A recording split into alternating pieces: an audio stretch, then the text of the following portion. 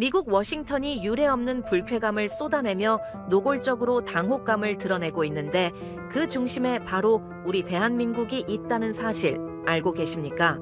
지금 중동은 그야말로 일촉즉발? 언제 터질지 모르는 시한폭탄 같은 상황입니다. 미국은 이 기회를 절대 놓치지 않았죠. 패트리어트 방공망부터 천문학적인 액수의 무기 패키지까지 무려 1,420억 달러라는 입이 떡 벌어지는 카드를 사우디아라비아 앞에 던졌습니다. 사실상 우리 품을 떠나지 말라는 강력한 경고이자 유혹이었죠. 그런데 바로 그 순간 사우디 왕세자의 전용기가 향한 곳은 워싱턴이 아니라 믿기지 않게도 바로 이곳 서울이었습니다. 미국이 준다는 그 어마어마한 돈과 방패를 뒤로하고 사우디는 왜 지금 한국으로 달려온 걸까요? 도대체 우리가 무엇을 가졌기에 세계 최고의 산유국이 미국의 눈치까지 봐가며 우리에게 매달리는 것일까요? 딱 1초만요. 좋아요와 구독 꾹 부탁드립니다. 미국은 이 사실을 알고 있었습니다. 그리고 몹시 불편해했습니다. 사우디 왕세자가 워싱턴의 초대를 정중히 거절하고 서울행 비행기에 올랐을 때 외교가에서는 아무도 그 이유를 공개적으로 말하지 않았죠. 이란과 이스라엘, 가자, 예멘, 그리고 미국. 워싱턴은 이 순간을 기다렸다는 듯 움직였습니다. 저는 에드워드 해밀턴입니다. 중동 안보를 20년 넘게 분석해온 사람이죠. 그래서 압니다. 이런 상황에서 사우디의 침묵이 무엇을 의미하는지, 미국의 불쾌함이 무엇을 불러올지 말입니다. 2026년 봄 중동의 하늘은 다시 무거워지고 있었습니다. 드론과 미사일 공격이 날마다 이어지고 중동 전체가 일촉즉발의 상황에 내몰려 있었습니다. 저는 런던의 연구실에 앉아 그 흐름들을 하나하나 추적하면서 이번만큼은 어느 한 지점에서 기어코 또다시 불이 붙겠구나 하는 확신이 점점 짙어지는 것을 느끼고 있었습니다. 불안한 균형, 언제든 무너질 수 있는 질서. 그것이 지금의 중동의 맨얼굴이었습니다. 그 무렵 워싱턴은 매우 분주하게 움직이고 있었습니다. 미국은 오랫동안 사우디아라비아의 가장 믿을만한 안보 파트너였습니다. 사우디의 방공망은 상당 부분 미국이 공급한 패트리어트 체계에 의존하고 있었고, 양국의 방위 협력 역사는 수십 년을 거슬러 올라가는 뿌리 깊은 것이었습니다. 그러니 이런 위기 상황일수록 워싱턴의 계산은 단순하고도 명확할 수밖에 없었죠. 중동이 흔들릴수록 사우디는 미국을 더 절실하게 필요로 한다는 것이었으니까요. 실제로 미국이 사우디를 향해 내민 제안의 규모는 압도적이었습니다. 패트리어트 방공체계 추가 배치, 전투기 부품 공급, 군사훈련 협력, 그리고 천문학적인 숫자의 방산 패키지가 협상 테이블 위에 올라왔습니다. 1,420억 달러, 전 세계 어떤 나라도 사우디에게 제시한 적 없는 수준의 숫자였습니다. 워싱턴의 메시지는 군더더기 없이 분명했습니다. 지금 중동에서 살아남으려면 더 강한 방패가 필요하다. 그리고 그 방패는 우리가 줄 수 있다. 워싱턴은 전쟁 중에도 물밑에서도 조용히 그러나 집요하게 움직이고 있었습니다. 미국 국방부와 국무부 관계자들이 리야드를 오가며 사우디 지도부를 설득했고, 미국의 주요 방산 기업 로비스트들도 이 시기 유독 중동 출장이 잦아졌다는 이야기가 외교가에 돌기 시작했죠. 단순히 무기를 파는 것이 아니라 미국 중심의 안보 질서 안에 사우디를 더 단단히 묶어두려는 의도가 그 움직임의 밑바닥에 깔려 있었습니다. 사우디의 입장에서 이 제안을 가볍게 넘기는 것은 결코 쉬운 일이 아니었습니다. 미국과의 동맹은 단순한 무기 거래의 차원을 넘어 사우디 왕실의 안보 자체를 떠받치는 핵심 기둥이었으니까요. 이란의 위협이 더 이상 가정이 아닌 현실이 된 상황에서 미국의 보호막을 외면한다는 것은 전략적 자살에 가까운 선택처럼 보였습니다. 바로 그 무렵 런던의 연구실에서 동료 제임스가 모니터를 가리키며 말했습니다. 에드워드, 이번엔 사우디도 거절 못하겠죠? 저 숫자 보셨습니까? 1,420억 달러라고요. 저도 솔직히 같은 생각이었습니다. 글쎄, 이 정도 패키지면 사우디 입장에서도 외면하기가 쉽지 않겠지. 미국이 이렇게까지 나오는 건 그만큼 사우디를 놓칠 수 없다는 뜻이기도 하니까. 우리는 잠시 화면을 바라보며 침묵했습니다. 그 숫자 앞에서 다른 가능성을 떠올리는 건 솔직히 상상하기 어려운 일이었습니다. 그런데도 왕세자의 전용기는 워싱턴으로 향하지 않았습니다. 외교가에 그 소식이 조용히 퍼졌을 때 저는 처음에는 협상 전략의 일환으로 미국을 잠시 기다리게 하려는 것이라고 생각했습니다. 하지만 왕세자의 전용기가 실제로 향한 목적지가 밝혀지는 순간 저는 그 안이한 판단을 즉시 거둬들여야 했습니다. 서울이었습니다. 중동 전체가 전쟁의 기운으로 술렁이던 바로 그 시점에 세계 최대 산유국의 왕세자가 미국 대신 택한 목적지가 서울이었습니다. 제임스가 수화기를 내려놓으며 저를 돌아봤습니다. 에드워드, 서울이래요. 서울이라고요. 제가 잘못 들은 게 아니죠. 저는 아무 말도 하지 못했습니다. 20년 동안 중동을 분석해온 제 머릿속에서 그 어떤 시나리오에도 이 장면은 없었으니까요. 워싱턴이 이 사실을 알고 있었음은 분명했고 불쾌감을 감추지 않았다는 것도 저는 여러 경로를 통해 확인할 수 있었습니다. 한 미국 측 관계자는 이 상황을 두고 예상치 못한 행보라는 표현을 썼는데 외교적 언어로 그것은 사실상 당혹스럽다는 뜻이나 다름없었습니다. 그러나 사우디는 그 불편함에 전혀 개의치 않는 듯 보였죠.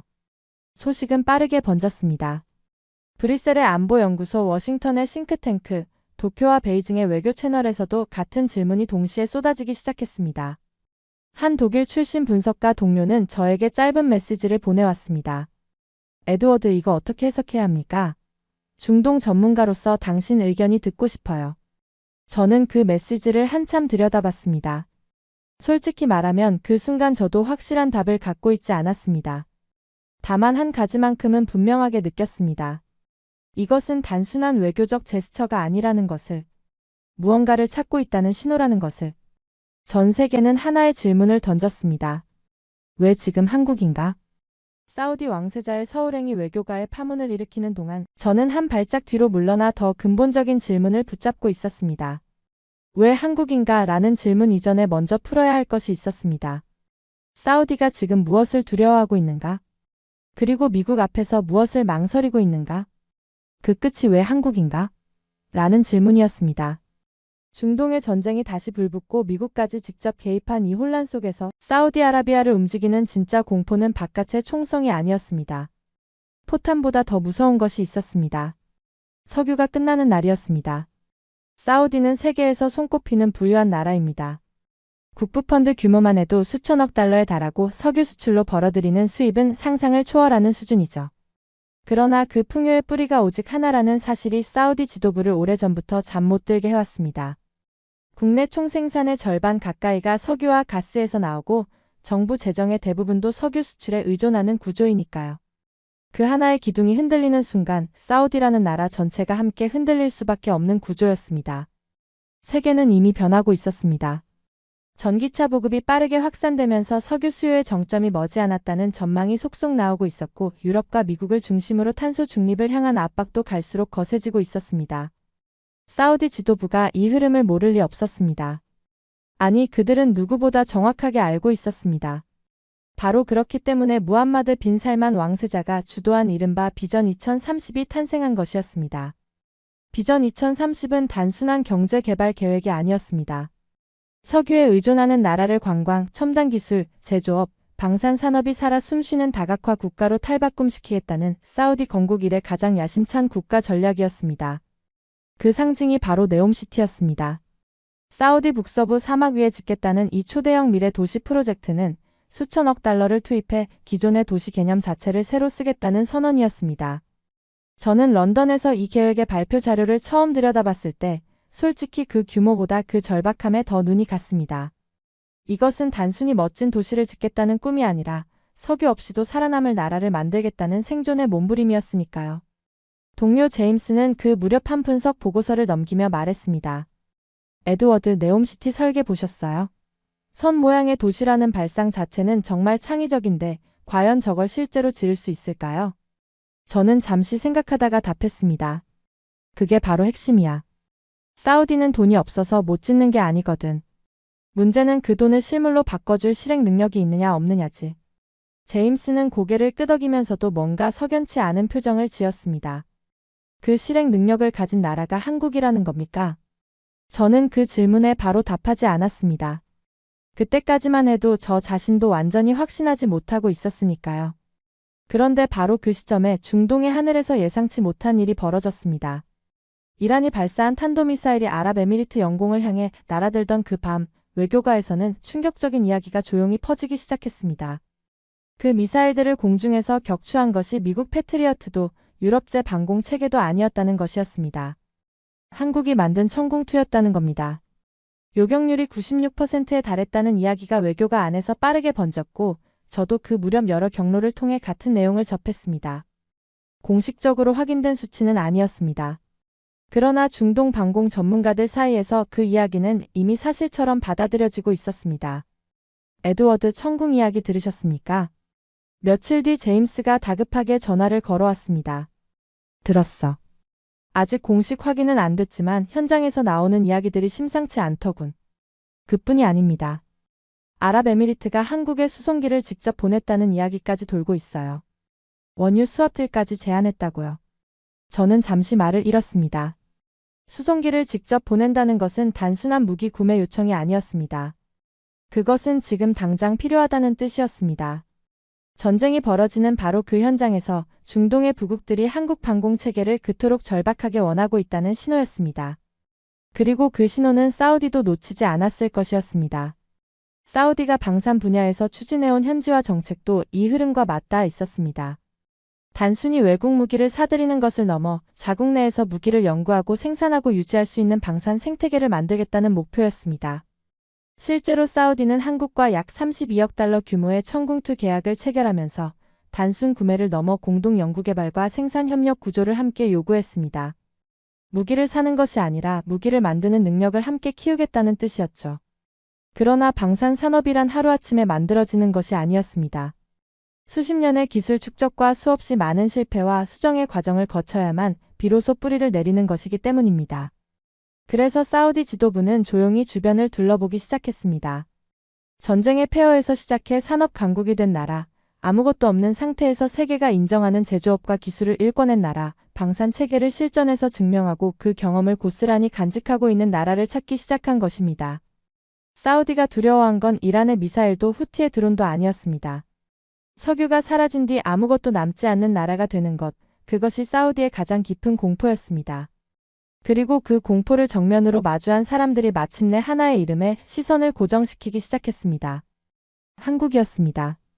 사우디가 한국에 본격적으로 눈을 돌리기 시작한 것은 어느 날 갑자기 일어난 일이 아니었습니다.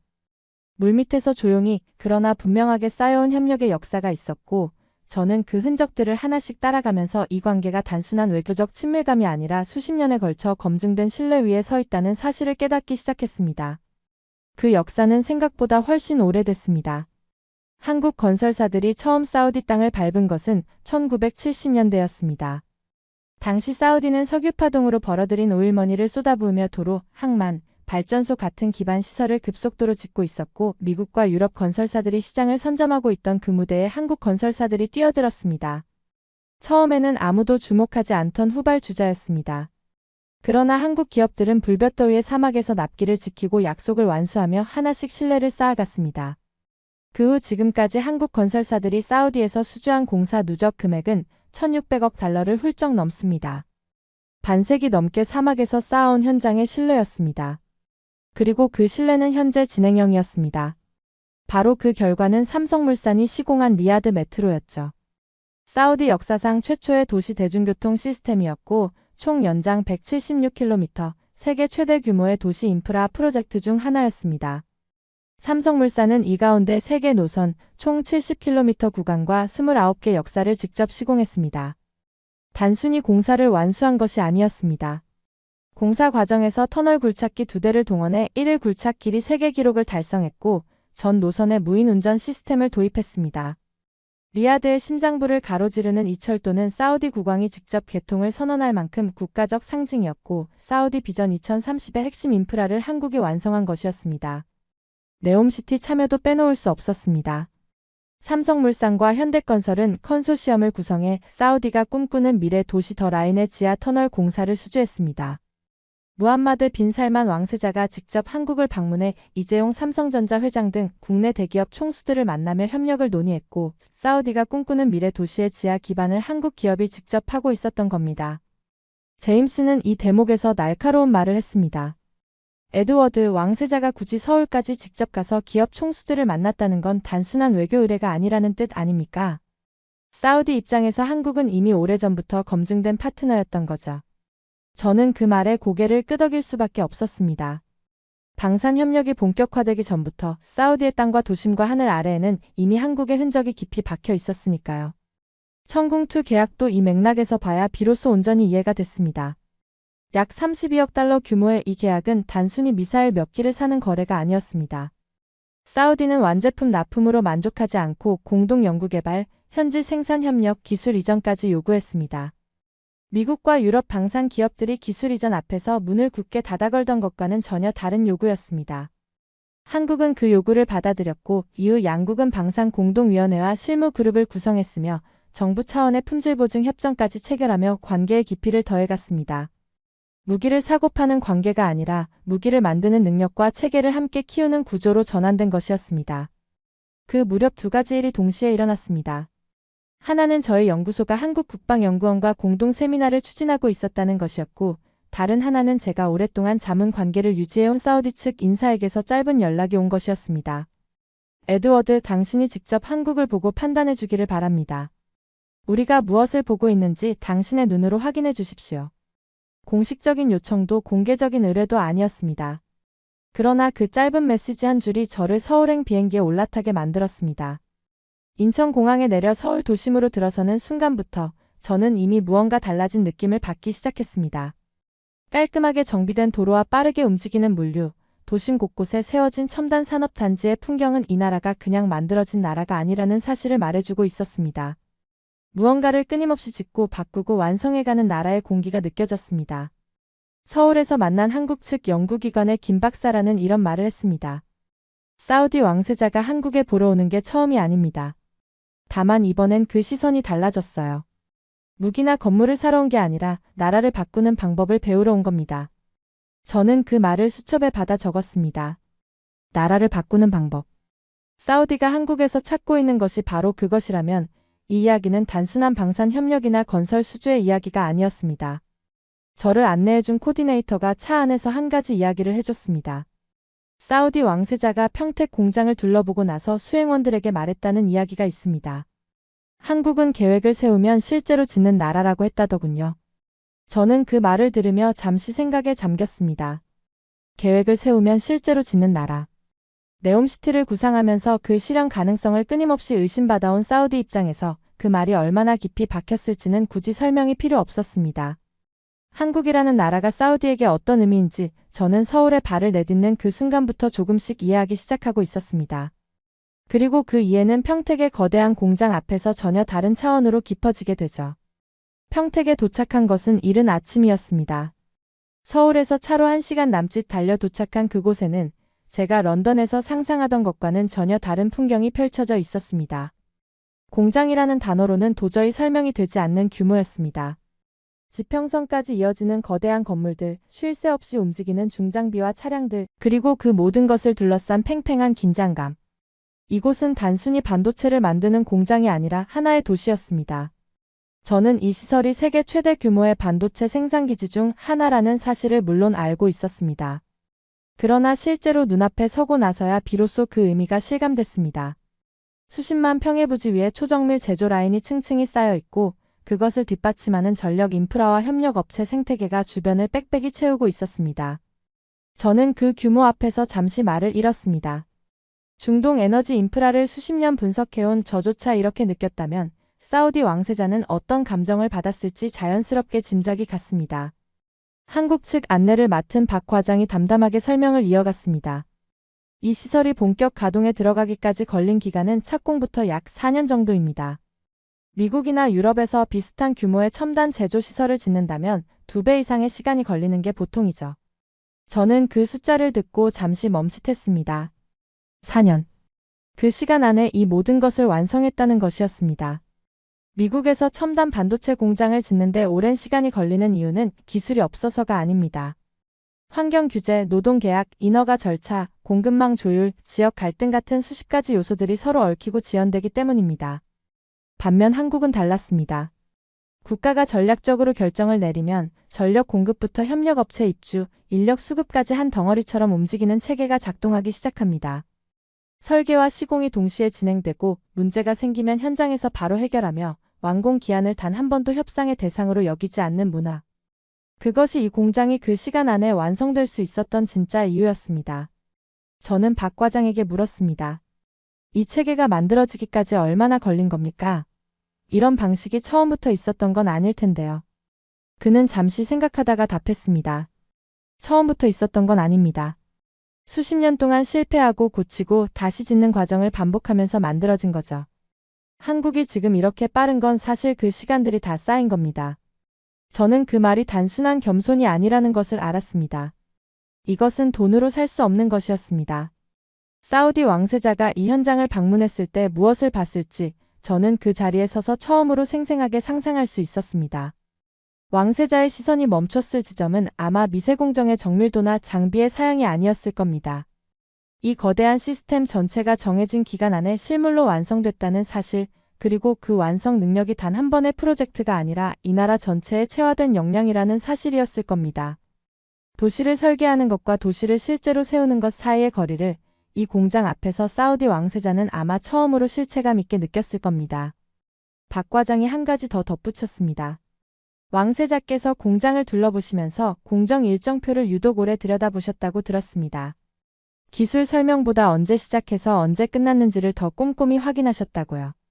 당연한 반응이었습니다. 사우디가 두려워하는 것은 기술이 없는 것이 아니었습니다. 돈을 쏟아붓고도 완성되지 않는 것, 계획이 현실이 되지 못하는 것. 그것이 사우디의 가장 깊은 불안이었으니까요. 네옴시티는 발표 이후 세계의 조롱과 의심을 한몸에 받아온 프로젝트였고, 그 상황에서 왕세자가 가장 간절하게 원했던 것은 화려한 설계 도면이 아니라 실제로 완성할 수 있다는 살아있는 증거였습니다. 한국은 그 증거를 눈앞에 펼쳐 보이는 나라였습니다. 저는 공장 부지를 걸으면서 한국의 산업 현장이 내뿜는 특유의 분위기를 느꼈습니다. 조용하지만 긴장된, 정밀하지만 강인한 어떤 기운이 공기 속에 배어 있었습니다. 이것은 단순히 첨단 장비에서 나오는 것이 아니었습니다. 이 나라가 아무것도 없던 시절부터 스스로를 끌어올리며 쌓아온 실행의 문화, 완성에 대한 집착, 약속을 지키는 것을 명예로 여기는 정신에서 나오는 것이었습니다. 저는 그날 저녁 숙소로 돌아와 오랫동안 노트를 들여다봤습니다. 한국은 1960년대만 해도 1인당 소득이 아프리카 일부 국가들보다 낮은 수준이었습니다. 전쟁으로 모든 것이 무너진 땅에서 출발해 불과 수십 년 만에 반도체, 자동차, 조선, 방산까지 세계가 인정하는 산업들을 일으켜 세운 나라였습니다. 그 속도와 밀도는 세계 경제사에서도 유례를 찾기 어려운 수준이었습니다. 미국이 강한 나라라면 한국은 끝내 완성하는 나라였습니다. 사우디 왕세자가 평택에서 한국의 현재를 봤다면 울산에서 보게 될 것은 한국의 뿌리였습니다. 아무것도 없던 나라가 맨손으로 세계 최강의 산업을 일으킨 이야기. 그 이야기 앞에서 사우디가 무엇을 느꼈을지 저는 이미 짐작하기 시작하고 있었습니다. 다음 날 아침 울산으로 향하는 차 안에서 저는 제임스에게 전화를 걸었습니다. 제임스, 사우디가 한국에서 배우려는 게 단순히 어떤 산업이나 기술이 아닌 것 같아. 국가가 어떻게 스스로를 바꾸는가에 대한 이야기인 것 같거든. 제임스는 잠시 침묵하다가 말했습니다.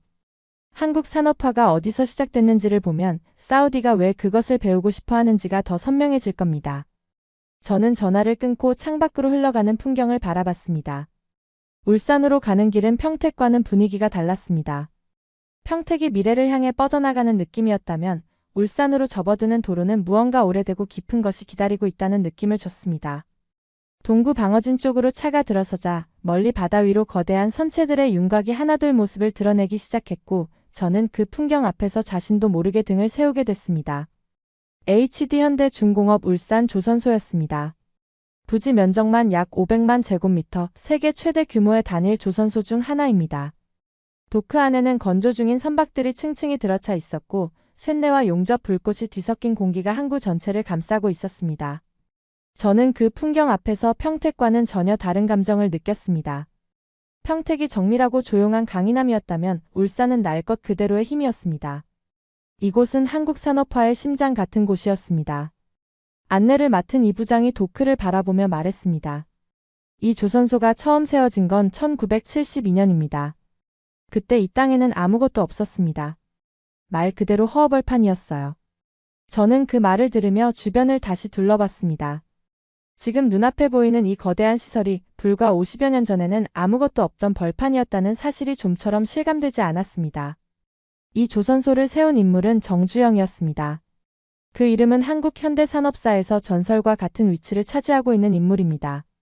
정주영이 조선소를 짓겠다고 나섰을 때 한국에는 대형 선박을 만들어 본 경험이 없었습니다. 기술도 없었고 돈도 없었고 국제금융시장에서 신용도 없었습니다. 그런데도 그는 영국의 은행문을 두드렸습니다. 배를 지을 자금을 빌리기 위해서였습니다. 영국 은행가들의 반응은 냉정했습니다. 한 번도 배를 만들어 본 적 없는 나라에 어떻게 돈을 빌려줄 수 있겠습니까? 그때 정주영이 호주머니에서 꺼낸 것이 500원짜리 지폐 한 장이었습니다. 그 지폐에는 거북선 그림이 새겨져 있었습니다. 우리 조상들은 이미 수백 년 전에 철갑선을 만들었습니다. 우리 민족은 배를 만들 줄 아는 민족입니다. 그 말과 함께 내민 지폐 한 장이 결국 영국 은행을 설득했습니다. 돈도 기술도 신용도 없던 나라가 500원짜리 지폐 하나로 세계를 설득한 순간이었습니다. 저는 이 이야기를 자료를 통해 이미 알고 있었습니다. 그러나 실제로 그 조선소 앞에 서서 다시 듣는 것은 전혀 다른 느낌이었습니다. 이 부장이 그 이야기를 전하는 동안 저는 말없이 도크를 바라봤습니다. 저 거대한 도크가 지폐 한 장에서 시작됐다는 사실이 머리가 아닌 가슴으로 들어오는 순간이었습니다.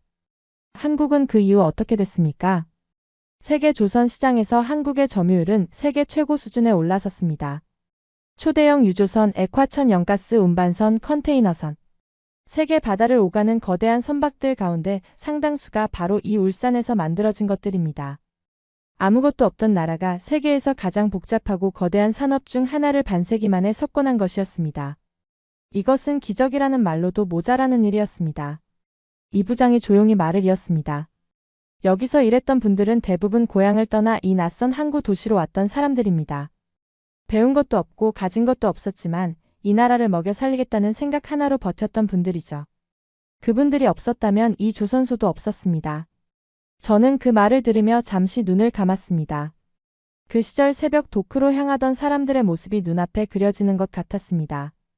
고향을 등지고 낯선 항구로 온 젊은이들, 손에 물집이 잡히도록 일하면서도 가족에게 보낼 월급 봉투를 쥐던 사람들, 이 나라가 잘 살게 되기를 바라며 용접봉을 잡았던 수많은 손들. 그 손들이 지금 이 나라를 만들었습니다. 저는 조선소 한 편의 사진 전시관에서 발걸음을 멈췄습니다. 흑백 사진 속에는 1970년대 울산의 모습이 담겨 있었습니다. 아직 도크도 완성되지 않은 벌판에서 안전모를 쓰고 웃고 있는 젊은 노동자들, 처음으로 바다에 띄어진 선체 옆에서 박수를 치는 사람들, 진수식에서 태극기를 흔드는 군중들. 저는 그 사진들 앞에서 한참을 서 있었습니다. 한 나라가 절망을 희망으로 바꾸는 과정이 오롯이 담긴 기록이었습니다. 돈이 없는 나라가 어떻게 세계를 설득할 수 있었습니까? 제가 이 부장에게 물었습니다. 그는 잠시 먼 바다를 바라보다가 답했습니다. 돈이 없었으니까 더 간절했던 거 아니겠습니까? 절박함이 창의력을 만들고 창의력이 신뢰를 만든 거죠. 그 신뢰가 쌓여서 지금 이 자리가 된 겁니다. 저는 그 말을 수첩에 적었습니다. 절박함이 창의력을 만들고 창의력이 신뢰를 만든다. 그것이 한국 산업화의 공식이었습니다. 그리고 그 공식은 지금 사우디가 가장 절실하게 필요로 하는 것이기도 했습니다. 사우디 왕세자가 울산에서 본 건 배가 아니었습니다. 가난을 이겨낸 한 나라의 뼈대였습니다. 정주영의 이름은 경영자의 이름이 아니었습니다. 한국 산업화의 다른 이름이었습니다. 울산을 떠나면서 저는 한 가지 확신을 가슴에 담았습니다. 한국은 단순히 무기를 팔거나 건물을 짓는 나라가 아니었습니다. 아무것도 없던 곳에서 세계를 바꾼 나라였습니다. 그리고 그 경험 자체가 지금 세계에서 가장 비싼 수출품이 되고 있었습니다. 다음 목적지는 런던이었습니다. 그러나 이번에 돌아가는 비행기 안에 저는 서울로 오기 전에 저와 같은 사람이 아니었습니다. 런던으로 돌아오는 비행기 안에서 저는 오랫동안 창밖을 바라봤습니다. 구름 위로 펼쳐진 하늘을 바라보면서 머릿속에서는 평택과 울산에서 본 것들이 계속해서 교차했습니다. 그리고 그 장면들 사이로 하나의 질문이 끊임없이 떠올랐습니다. 미국은 무엇을 주고 한국은 무엇을 보여줬는가? 히드로 공항에 내려 연구소로 돌아온 저를 맞은 것은 제임스와 쌓여있는 분석 자료들이었습니다. 그 자료들 가운데는 로이터가 보도한 미국과 사우디의 방산 패키지 관련 내용이 있었습니다. 약 1,420억 달러. 미국이 사우디에 내민 패키지의 규모였습니다. 패트리어트 방공체계, 전투기, 군사훈련 협력, 각종 방위 장비를 총망라한 역대 최대 규모였죠. 제임스가 그 자료를 내밀며 말했습니다. 에드워드, 솔직히 이 숫자 앞에서 한국이 설 자리가 있겠습니까? 저는 그 질문에 바로 답하지 않았습니다. 대신 잠시 생각을 정리했습니다. 한국에서 돌아오기 전이었다면 저도 같은 의문을 품었을 겁니다. 그러나 평택과 울산을 직접 눈으로 본 지금 그 질문의 전제 자체가 틀렸다는 것을 알고 있었습니다. 미국과 한국은 같은 무대에서 경쟁하는 것이 아니었습니다. 두 나라가 사우디에게 주는 것의 성격 자체가 달랐습니다. 미국이 사우디에게 주는 것은 방패였습니다. 이란의 위협을 막아주는 억지력, 중동 질서를 유지하는 안보 우산, 그리고 미국 중심의 동맹 구조 안에서 누릴 수 있는 보호막이었습니다. 그것은 압도적이었고 대체 불가능한 것이었습니다. 사우디는 미국의 안보 없이는 지금 당장 버티기 어렵다는 것을 누구보다 잘 알고 있었습니다. 그 점에서 미국의 1,420억 달러 패키지는 단순한 무기 거래가 아니었습니다. 사우디가 미국의 품에서 벗어나지 못하도록 묶어두는 전략적 구조였습니다. 그러나 사우디가 진짜 두려워하는 것은 이란의 미사일이 아니었습니다. 석유가 사라진 뒤 아무것도 남지 않는 나라가 되는 것. 그것이 사우디의 가장 깊은 공포였습니다. 그리고 그 공포에 대한 답을 미국은 주지 않았습니다. 아니, 줄 수 없었습니다. 미국이 사우디에게 팔 수 있는 것은 안보였지 산업화 경험이 아니었으니까요. 바로 그 지점에서 한국이 달랐습니다. 저는 제임스에게 평택과 울산에서 본 것을 천천히 설명했습니다. 4년 만에 완성된 반도체 공장, 지폐 한 장으로 영국은행을 설득한 정주영, 새벽 도크로 향하던 수십만 노동자들의 손으로 만들어진 세계 최고의 조선 산업. 제임스는 처음에는 고개를 갸웃거렸지만 이야기가 이어질수록 표정이 달라지기 시작했습니다. 에드워드, 그러니까 한국은 사우디에게 방패를 파는 게 아니라 체질을 바꾸는 방법을 보여주는 거군요. 저는 고개를 끄덕였습니다. 정확히 그것이었습니다. 실제로 양국의 협력 구조를 들여다보면 그 차이가 선명하게 드러났습니다. 미국은 완제품을 납품하고 유지 보수 계약을 맺는 방식으로 움직였습니다. 반면 한국은 청궁투 계약부터 공동 연구개발과 현지 생산 협력을 함께 제안했고 방산 공동위원회와 품질보증 협정을 통해 사우디가 스스로 방산 생태계를 키울 수 있는 구조를 만들어가고 있었습니다. 미국이 의존관계를 만들었다면 한국은 자립 능력을 함께 키우는 방향으로 나아가고 있었습니다. 그 차이는 단순한 방식의 차이가 아니라 철학의 차이였습니다. 저는 그날 밤 분석 보고서를 쓰기 시작했습니다. 보고서의 첫 문장은 이렇게 시작됐습니다. 미국은 사우디에게 안보를 팔았고 한국은 살아남는 방법을 보여줬다. 강대국은 많지만 산업화의 길을 실제로 걸어본 나라는 많지 않았습니다. 사우디 눈에 미국은 반드시 필요한 나라였고 한국은 절실하게 배우고 싶은 나라였습니다. 그 두 가지는 전혀 다른 차원의 이야기였습니다. 그즈음 저는 오랜 지인인 워싱턴의 전략 분석가 데이비드와 통화를 했습니다. 데이비드, 솔직히 물어볼게. 워싱턴은 사우디와 한국의 협력 심화를 어떻게 보고 있어? 그는 잠시 뜸을 들이다가 답했습니다. 에드워드, 불편하게 보고 있지. 그런데 막을 수는 없어. 한국이 사우디에게 주는 건 미국이 주지 않는 것들이거든. 경쟁이 아니라 보완관계라는 걸 워싱턴도 알고 있어. 다만 인정하기 싫을 뿐이지. 저는 그 답이 제 분석의 마지막 빈칸을 채워준다는 것을 느꼈습니다. 미국이 최강이라면 한국은 최적이었습니다. 강함과 적합함은 다른 것이었습니다. 그리고 사우디가 지금 더 절실하게 필요로 하는 것은 강함이 아니라 적합함이었습니다. 미국도 알고 있었습니다. 한국이 사우디에게 주는 것이 자신들의 영역 밖이라는 것을, 그리고 그 영역에서 한국은 누구도 쉽게 대체할 수 없는 나라라는 것을. 그러나 보고서를 완성하고 나서도 저는 편하지 않았습니다.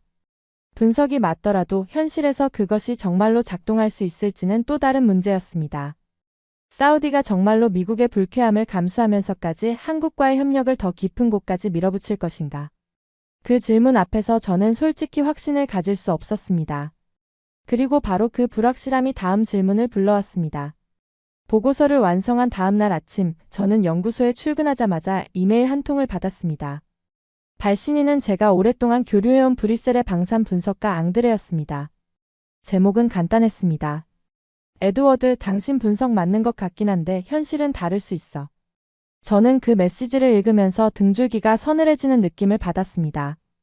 앙드레는 제가 아는 사람들 중에서 가장 냉정하게 현실을 보는 인물이었습니다. 그가 이런 메시지를 보냈다는 것은 제 분석에 결정적인 허점이 있다는 뜻이었습니다. 저는 바로 전화를 걸었습니다. 앙드레, 무슨 뜻인지 직접 말해줘.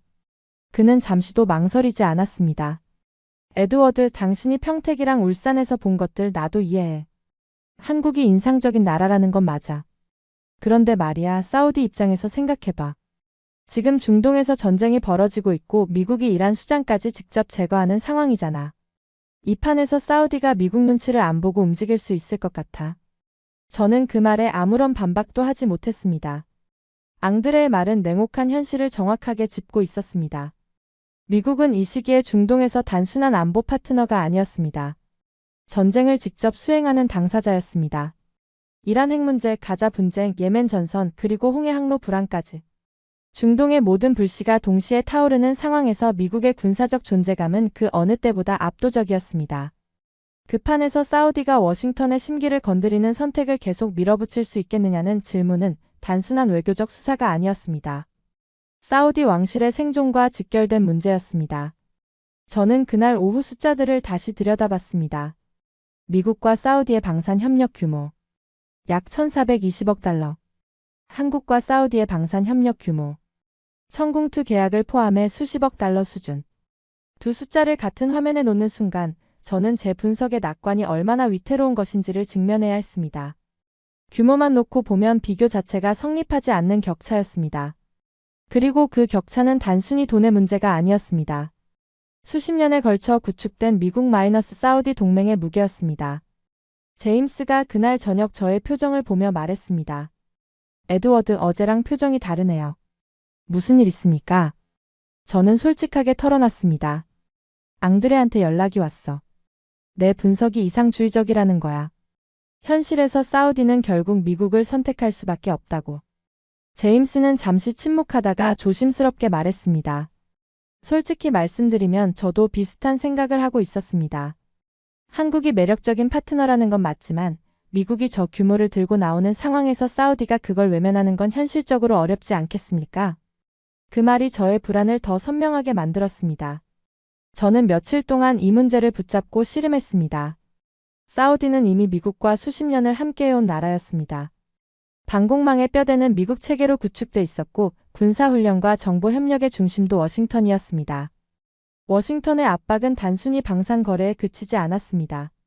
미국은 사우디와의 관계를 중동 전략 전체의 핵심 축으로 보고 있었고 사우디가 다른 나라와 안보 협력을 심화시킬 때마다 워싱턴이 보내는 신호는 미묘하지만 분명했습니다. 그 신호를 무시할 수 있는 나라는 세계에서 극히 드물었고 사우디가 그 예외가 될 것이라고 단정할 근거는 어디에도 없었습니다. 자료를 정리하면서 저는 결정적인 대목에서 손이 멈췄습니다. 한국의 대사우디 방산 협력 규모가 빠르게 성장하고 있는 것은 사실이었습니다. 청궁2 계약, 공동 연구개발 합의, 품질 보증 협정. 방향은 분명히 깊어지고 있었습니다. 그러나 그 성장의 절대치가 미국과 같은 화면에 놓이는 순간 그것은 여전히 압도적인 비대칭이었습니다. 솔직히 인정해야 했습니다.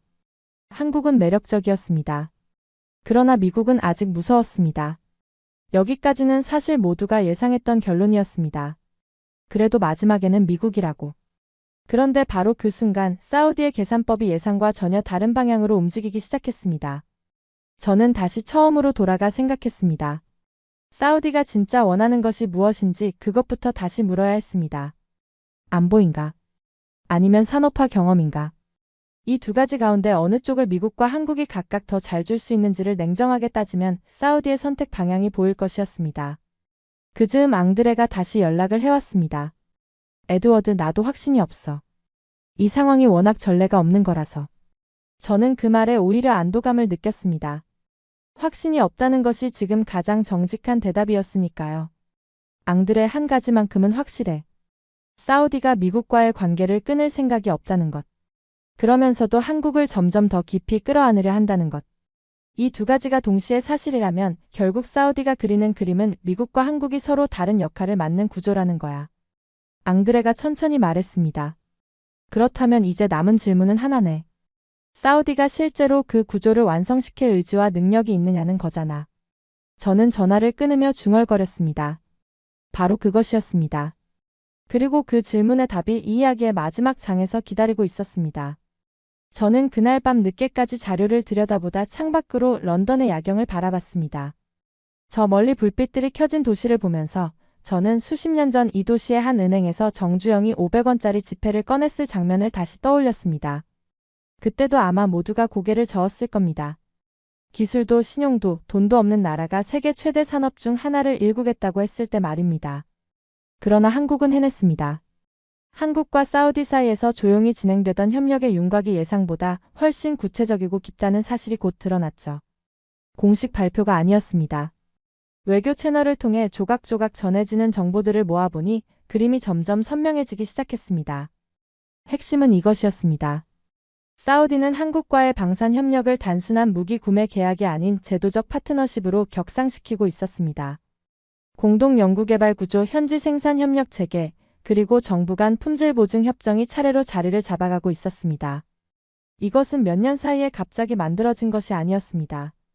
청궁2 계약에서 시작된 신뢰가 단계적으로 쌓이면서 형성된 구조였고 그 방향은 분명하게 한 곳을 향하고 있었습니다. 사우디는 무기를 사는 나라에서 무기를 만드는 나라로 변하려 하고 있었습니다.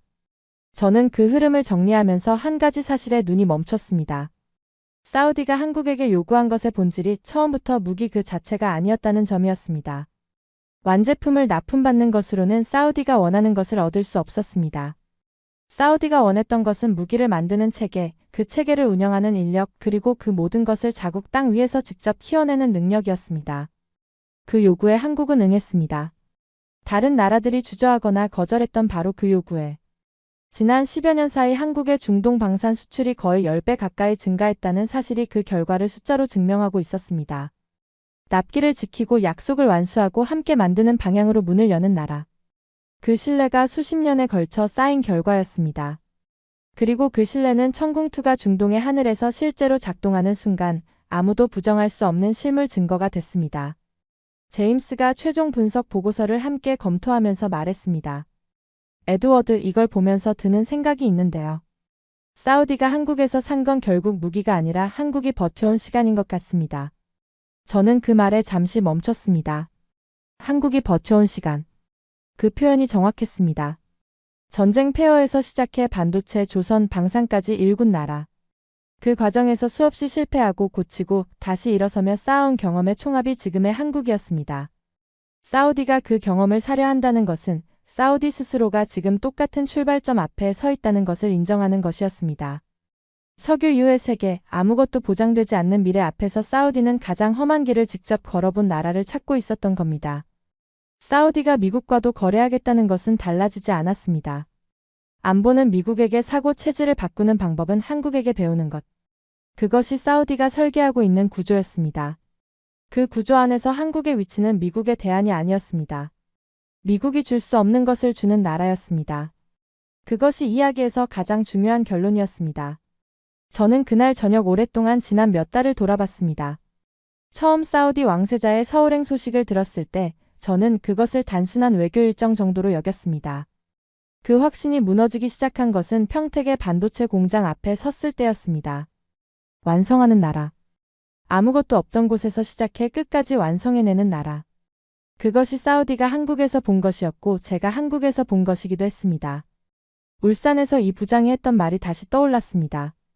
절박함이 창의력을 만들고 창의력이 신뢰를 만든다. 그 말이 지금 이 이야기 전체를 관통하는 한 문장이었습니다. 사우디는 지금 절박합니다. 그 절박함 앞에서 사우디는 가장 비슷한 경험을 가진 나라를 찾았고 한국은 그 나라였습니다. 며칠 뒤 워싱턴의 데이비드로부터 짧은 메시지가 왔습니다. 에드워드, 중동 방산 시장에서 한국 얘기가 자꾸 나와. 전에는 틈새 공급자 정도로 봤는데 이제는 다른 차원으로 언급되고 있어. 저는 그 메시지를 읽으면서 조용히 미소를 지었습니다. 워싱턴의 분석가가 그렇게 말하기 시작했다는 것은 세계가 이미 알아채고 있다는 뜻이었습니다. 한국은 세계가 산업화와 실행력을 배우는 모델 국가로 올라서고 있었습니다. 저는 보고서를 최종적으로 닫으면서 울산 사진 전시관에서 봤던 흑백 사진 한 장을 떠올렸습니다. 허허벌판 위에서 안전모를 쓰고 웃고 있던 젊은 노동자들의 얼굴. 그들은 알고 있었을까요? 자신들의 그 땀과 시간이 반세기 뒤 세계 최대 산유국을 서울로 이끄는 씨앗이 될 것이라는 사실을. 아마 몰랐을 겁니다. 그러나 그들은 해냈습니다. 사우디가 선택한 건 한국 무기가 아니라 한국이 버텨낸 시간이었습니다. 그리고 그 시간을 만든 것은 이름도 남기지 않은 수많은 한국 사람들의 손이었습니다. 여러분 생각해 보십시오. 전쟁의 잿더미 위에서 출발한 나라. 지폐 한 장으로 세계를 설득한 나라. 새벽 도크로 향하던 수십만 노동자들의 손으로 세계 최강 조선 산업을 일군 나라. 그 나라가 지금 세계 최대 산유국의 왕세자가 직접 찾아오는 나라가 됐습니다. 무기를 팔아서가 아니었습니다. 버텨온 시간을 수출할 수 있는 나라가 됐기 때문이었습니다. 우리는 묻고 싶습니다. 과연 어떤 나라가 폐허해서 이 자리까지 올 수 있었겠습니까? 그 나라가 바로 대한민국입니다. 오늘도 어딘가에서 묵묵히 이 나라를 만들어가고 있는 모든 분들께 이 이야기를 바칩니다. 대한민국의 저력과 가능성을 다시 한번 생각하게 해준 오늘의 사연을 함께 해주셔서 감사합니다. 지금까지 우인스의 수진이었습니다. 오늘도 끝까지 함께 해주셔서 정말 감사합니다. 수진이랑 우인스 다음에도 함께 해요. 오늘도 행복한 하루 되세요. 사랑합니다. 우이스 우리들의 이야기 작은 꿈도 커지는 이 순간 웃으며 함께 나가요 모두의 마음이 크게 울려요. 당신만의 감동 이야기가 늘 당신 곁에서 따뜻한 순간으로 남길 바랍니다. 다음에도 따뜻한 이야기로 다시 찾아올게요.